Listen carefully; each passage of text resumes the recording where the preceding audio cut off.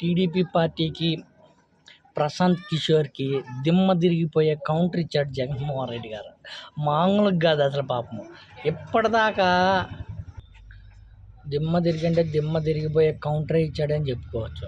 ఏదైతే ఈరోజు I-PAC team సమావేశంలో గతంలో కంటే ఎక్కువ సీట్లు ఈసారి మనం గెలవబోతున్నాం, మన ప్రభుత్వమే వచ్చింది అని కుండ బద్దలు కొట్టినట్టు చెప్పాడు జగన్మోహన్ రెడ్డి గారు. కానీ ప్రశాంత్ కిషోర్ చేసింది ఏం లేదు. ఒక టీమ్గా కలిసికట్టుగా పనిచేశారు కాబట్టే ఈరోజు మనం గెలవగలుగుతున్నాం. ప్రశాంత్ కిషోర్ది ఏం లేదు అని అస్సలు ప్రశాంత్ కిషోర్ అసలు ఏం లేదని తేల్చి చెప్పాడు. అదేవిధంగా టీడీపీ పార్టీకి పనిచేస్తూ ఏదైతే గత 2 సంవత్సరాల నుంచి ఏదైతే లోకేష్ బాబు గారు కానివ్వండి, నారా చంద్రబాబు నాయుడుతో కానీ సమావేశాలు అవ్వడము, కలవడము, ఏదో విధంగా జగన్మోహన్ రెడ్డి గారిని ఓడగొట్టాలి, జగన్మోహన్ రెడ్డి గారి ప్రభుత్వం రాకుండా చేయాలని ఎన్నో ప్రయత్నాలు చేశారు. ప్రశాంత్ కిషోర్ కానీ ఎన్నో ప్రయత్నాలు చేశారు. మొత్తానికైతే ఒకటి సక్సెస్ అవ్వాల. లాస్ట్కి చివరి హస్తంగా ఇదొక సర్క్యులేషన్ చేశారు. ఏది టీడీపీ పార్టీ వచ్చిద్దని విపరీతంగా సర్క్యులేషన్ చేస్తారు. అయినా కానీ అది కానీ ప్రతిఫలించాల.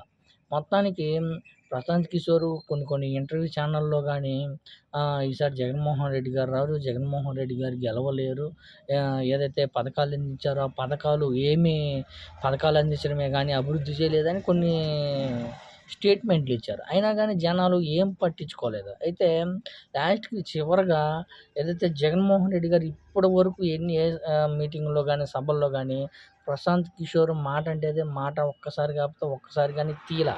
కానీ ఈరోజు ఏదైతే ఐపాక్ టీంతో సమావేశమైనప్పుడు ప్రశాంత్ కిషోర్ గారిది ఏమీ లేదు, మనందరం టీమ్గా కలిసికట్టుగా పనిచేశారు కాబట్టి గెలిచాము అనే విధంగా క్లియర్ కట్గా తేల్చారు. మొత్తానికి